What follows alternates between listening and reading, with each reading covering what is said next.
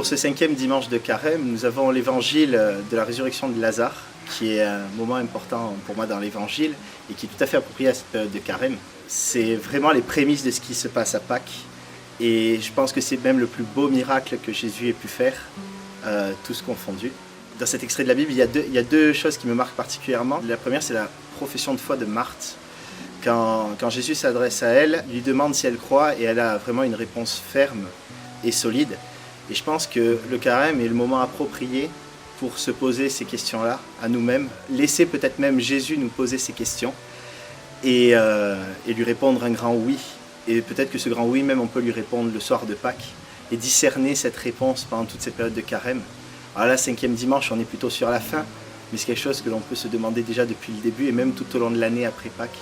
Il faut toujours renouveler ce oui que l'on veut adresser à Jésus. Et le deuxième passage de cet extrait qui m'interpelle particulièrement, c'est le verset 35.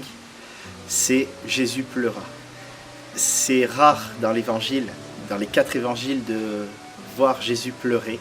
On en parle à Gethsémani un peu après pour le jeudi saint. Je pense que c'est l'occasion vraiment de se sentir proche de Jésus, notamment dans nos peines, dans nos difficultés. Ce temps de carême est aussi un moment où on peut relire un peu ce qui nous est arrivé durant cette année, avec toutes les difficultés que l'on a pu rencontrer, ce qui nous a fait pleurer.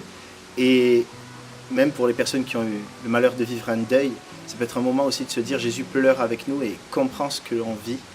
Et pour moi, c'est vraiment ce qui me rapproche du Christ. C'est notamment ce qui m'a beaucoup aidé dans des périodes de deuil, justement, de ce passage de la résurrection de Lazare, avec vraiment le Christ qui est autant peiné que nous d'avoir perdu un proche.